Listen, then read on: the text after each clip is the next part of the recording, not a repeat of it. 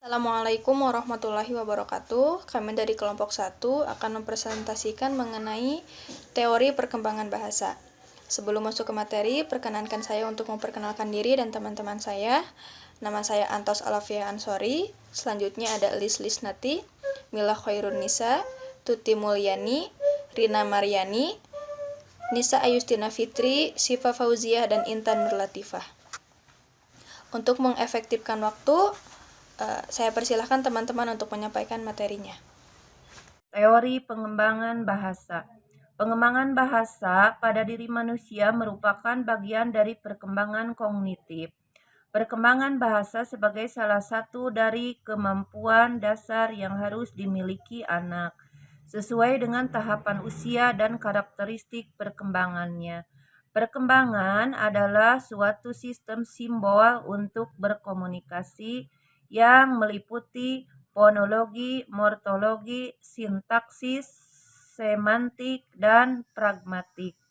Anak dapat mengkomunikasikan maksud, tujuan, pemikiran, maupun perasaannya kepada orang lain. Bahasa memegang peranan penting dalam kehidupan manusia, karena bahasa merupakan alat komunikasi manusia dalam kehidupan sehari-hari. Dengan bahasa, seseorang dapat menyampaikan ide, pikiran, perasaan, atau informasi kepada orang lain, baik secara lisan maupun secara tulisan. Semakin tinggi tingkat penguasaan bahasa seseorang, semakin baik pula penggunaan bahasa dalam berkomunikasi. Mengungkapkan bahasa pun berbeda-beda. Ada yang langsung dibicarakannya secara langsung lisan atau juga ada dengan tulisan. Bahasa juga merupakan seperangkat aturan untuk menggabungkan unsur-unsur yang tak bermakna menjadi suatu yang bermakna atau menjadi rangkaian kata yang mengandung arti. Tetapi ada juga bahasa isyarat lain atau bahasa isyarat yang digunakan orang tunarungu maupun orang yang pendengarannya kurang memadai. Seseorang ahli Noam Chomsky menyatakan bahwa bahasa terlalu kompleks untuk dipelajari melalui suku kata, ibarat mempelajari daftar nama ibu kota seluruh dunia. Sejak tahun 1970, disiplin-disiplin teoritis dan metodologi pengajaran terus mewujudkan hubungan simbiotis mereka. Profesi pengajaran bahasa memperlihatkan kecenderungan teoritis ini dengan berbagai pendekatan dan teknik yang menekankan pentingnya harga diri. Motivasi intrinsik siswa yang belajar secara kooperatif, pengembangan strategi-strategi perorangan untuk mengonstruksi makna, dan terutama menempatkan fokus pada proses komunikatif dalam pembelajaran bahasa. Dan selanjutnya silakan Ibu Intan. Kemampuan bawaan berbahasa. Anak-anak sejak lahir dibekali tata bahasa universal, yaitu kepekaan otak terhadap ciri-ciri mendasar yang berlaku umum untuk segala macam bahasa, seperti kata benda dan kata kerja, subjek dan objek, serta kalimat negatif. Para ahli bahasa dan para psikolinguistik atau peneliti yang mempelajari psikologi bahasa berhasil mengumpulkan banyak bukti yang mendukung anggapan Chomsky berikut. Yang pertama, anak-anak dari berbagai budaya mengalami tahap perkembangan bahasa serupa. Sebagai contoh, mereka sering menyusun kalimat negatif dengan membubuhkan kata-kata not atau no pada awal atau akhir kalimat. Yang kedua, anak-anak menggunakan kata-kata dalam susunan yang tak akan digunakan orang dewasa. Mereka menyingkat kalimat orang tuanya.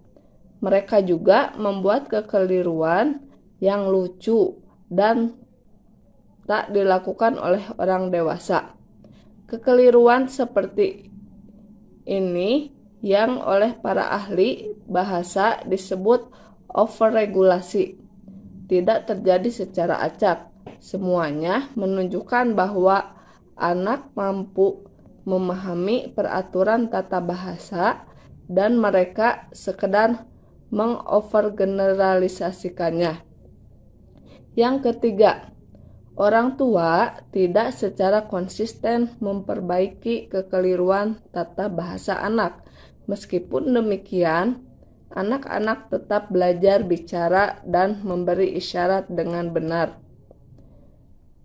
Penjelasan tentang penguasaan bahasa mengasumsikan adanya reward bagi anak bila menggunakan kata-kata secara benar, dan sebaliknya punishment atau hukuman bila keliru.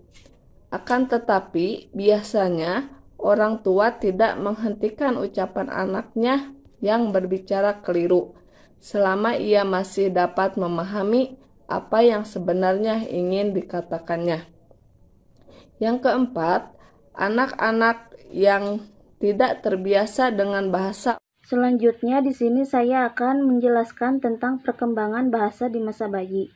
Bahasa adalah suatu bentuk komunikasi baik yang diucapkan, ditulis, atau diisyaratkan yang didasarkan pada sebuah sistem simbol. Apapun bahasa yang bayi-bayi pelajari, bayi ini di seluruh dunia mengikuti jalur perkembangan bahasa yang sama. Tonggak-tonggak bersejarah apakah yang dapat dicapai dalam perkembangan ini? Di antaranya yaitu mengenali bunyi bahasa. Seiring pertumbuhan bayi akan semakin dapat menangkap perubahan bunyi dari bahasanya sendiri, yakni bahasa yang diucapkan oleh orang tuanya.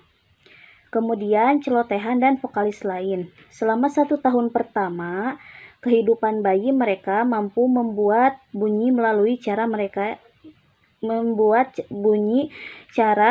menangis, mendekut, dan berceloteh, seperti mereka menghasilkan rangkaian kombinasi konsonan vokal seperti ba, ba, atau ta, ta, ta gitu.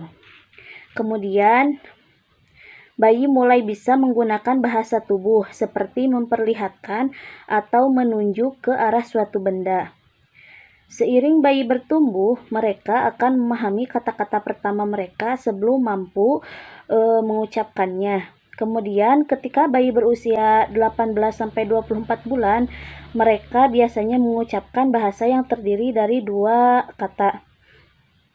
Dalam upaya mengungkapkan makna ini, dari 2 kata ini, mereka banyak mengandalkan bahasa tubuh, nada, dan konteks. Bagaimana pengaruh biologis dan pengaruh lingkungannya? Kemampuan untuk berbicara dan memahami bahasa melibatkan peralatan vokal tertentu dan sistem saraf dengan kemampuan tertentu.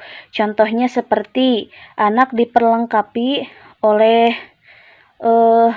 bunyi-bunyi bahasa alam seperti suara hewan yang ada di sekitarnya. Sekian dari saya, pembahasan selanjutnya akan dijelaskan oleh teman saya. Poin selanjutnya yaitu perkembangan bahasa di masa kanak-kanak awal. Anak yang berusia di bawah 3 tahun memperlihatkan perkembangan yang agak cepat. Dari awalnya hanya mampu menghasilkan ungkapan 2 kata, menjadi mampu menggabungkan 3, 4, sampai 5 kata. Antara usia 2-3 tahun, mereka mulai berkembang. Dari awalnya semula hanya mampu mengucapkan kalimat sederhana yang terdiri dari proporsi tunggal, menjadi mampu mengucapkan kalimat-kalimat yang kompleks. Pada anak usia 2-3 tahun, anak-anak mulai mengalami perubahan dalam sintak dan semantik, kemajuan dalam pragmatik, dan literasi anak kecil. Pentingnya keterampilan berbahasa dan kesiapan memasuki sekolah bagi anak-anak adalah A. Kesadaran fonologis, B. Lingkungan rumah, dan yang terakhir yaitu jumlah huruf yang diketahui. Terima kasih. Untuk yang keempat, perkembangan bahasa masa kanak-kanak pertengahan dan akhir. Ketika memasuki sekolah, anak-anak memperoleh keterampilan yang baru yang membuat mereka mampu belajar membaca dan menulis. Hal ini mencakup kemahiran berbicara tentang sesuatu yang tidak terlihat secara fisik, belajar mengenai arti sebuah kata, dan belajar bagaimana mengenali dan menghasilkan bunyi. Mereka mempelajari prinsip alfabet, yakni bahwa huruf-huruf alfabet melambangkan bunyi bahasa. Kosakata, tata bahasa, dan kesadaran metalinguistik. Selama masa kanak-kanak, pertengahan, dan akhir terjadi perubahan cara mengorganisasikan kata-kata secara mental. Ketika ditanya mengenai pertama, apa yang terpikir pada saat mendengar sebuah kata, anak-anak kecil biasanya akan memberikan sebuah kata yang seringkali mengikuti kata tersebut di dalam sebuah kalimat. Proses kategorisasi biasanya akan lebih mudah ketika anak-anak meningkatkan kosakata mereka. Kosakata anak-anak meningkat dari rata-rata 14.000 kata di usia 6 tahun menjadi rata-rata sekitar 40.000 kata di usia 11 tahun. Anak-anak membuat kemajuan yang serupa untuk tata bahasa. Selama sekolah dasar, kemajuan anak-anak di dalam penalaran logis dan keterampilan analitis membantu mereka memahami konstruksi seperti penggunaan yang tepat dari kata, perbandingan lebih tinggi, lebih rendah, dan subjektif. Contohnya seandainya kamu menjadi presiden, atau contoh yang lainnya. Selama masa sekolah dasar, anak-anak mulai memahami dan menggunakan tata bahasa yang kompleks. Kemajuan dalam kosakata dan tata bahasa yang berlangsung selama sekolah dasar disertai dengan perkembangan kesadaran metalinguistik, di mana pengetahuan bahasa seperti pengetahuan mengenai proposisi atau kemampuan mendiskusikan bunyi bahasa. Kesadaran metalinguistik memungkinkan anak-anak memikirkan bahasa yang mereka gunakan. Assalamualaikum warahmatullahi wabarakatuh.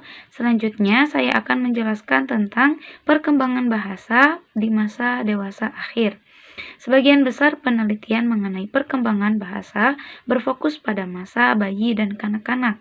Pada umumnya, orang beranggapan bahwa sebagian besar individu yang berada di masa dewasa mempertahankan keterampilan-keterampilan bahasanya. Pembendaraan kata individu seringkali terus bertambah hingga usia dewasa, paling tidak sehingga masa dewasa akhir. Banyak orang lanjut usia mempertahankan atau meningkatkan pengetahuan mengenai kata-kata dan makna kata. Meskipun demikian, masa dewasa akhir, individu mulai melanjutkan beberapa kemunduran dalam berbahasa. Sebagai contoh, apabila orang lanjut usia mengalami masalah pendengaran, mereka dapat mengalami kesulitan untuk membedakan bunyi-bunyi percakapan dalam konteks tertentu. Beberapa aspek keterampilan fonologi orang dewasa lanjut usia berbeda dengan keterampilan orang dewasa yang lebih muda. Cara bicara orang dewasa lanjut usia biasanya volumenya lebih rendah, tidak terartikulasi dengan tepat, dan tidak begitu lancar, atau lebih banyak jeda, pengulangan, dan koreksi. Terlepas dari perbedaan usia, keterampilan berbicara orang dewasa lanjut usia masih memadai untuk berkomunikasi sehari-hari. Faktor-faktor non-bahasa dapat merupakan faktor-faktor yang menyebabkan kemunduran keterampilan bahasa pada orang-orang lanjut usia. Mungkin sekian yang dapat saya sampaikan. Wassalamualaikum warahmatullahi wabarakatuh.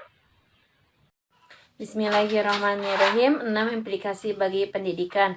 Komisi menyatakan bahwa anak belajar sistem gramatis yang luas dan rumit hampir-hampir dengan cara mereka sendiri. Yang dibutuhkan mereka hanyalah mendengar bahasa yang diucapkan. Kemudian mereka akan menguasainya tanpa program pelatihan apapun. Ini terjadi pada anak yang hidup di lingkungan kumuh atau anak kelas menengah di pinggiran kota. Mereka mempelajari bahasa di jalanan tanpa siapapun memperhatikan kemajuan mereka. Bahkan anak-anak imigran di lingkungan bawah berhasil menguasai bukan hanya satu bahasa baru, tapi 2 bahasa.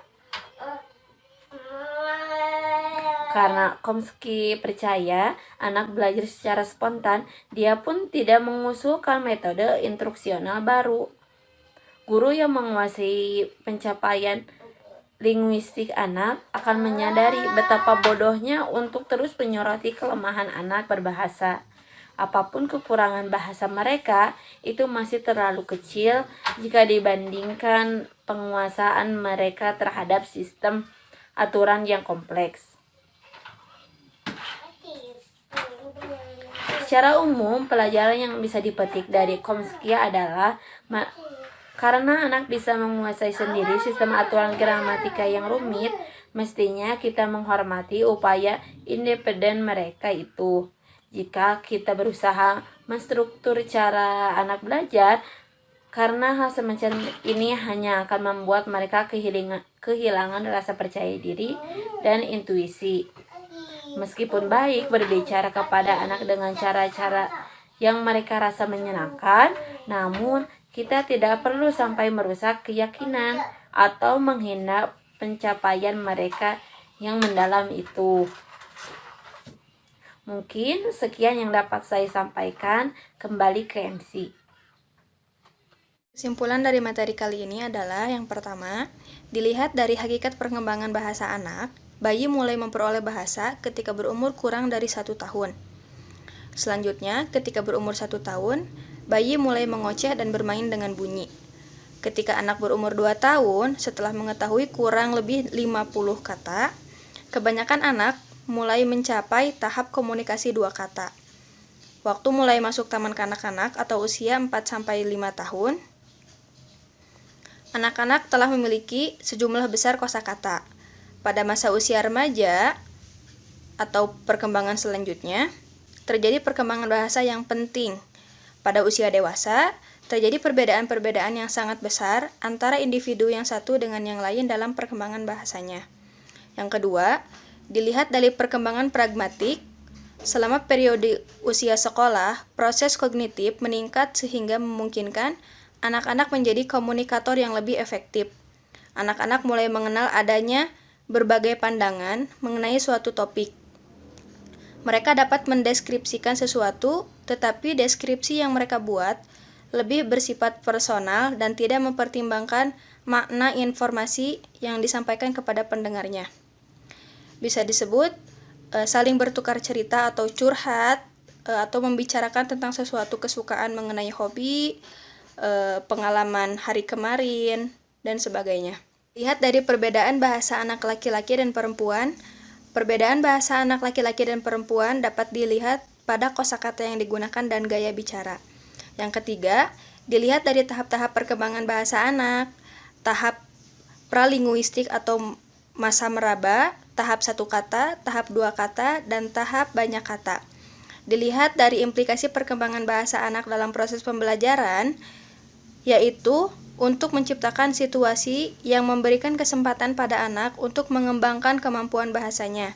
Kesempatan ini dapat dilakukan melalui berbagai kegiatan. Salah satunya bisa bercerita, bertanya dan menjawab pertanyaan, dan juga dapat menyediakan sarana pendukung perkembangan bahasa anak, misalnya dengan menyediakan alat permainan. Demikian yang bisa kami sampaikan dari kelompok 1, mudah-mudahan bisa dipahami. Untuk selanjutnya, jika ada yang ingin bertanya, silahkan mengangkat tangan untuk kemudian kita diskusi bersama. Assalamualaikum warahmatullahi wabarakatuh.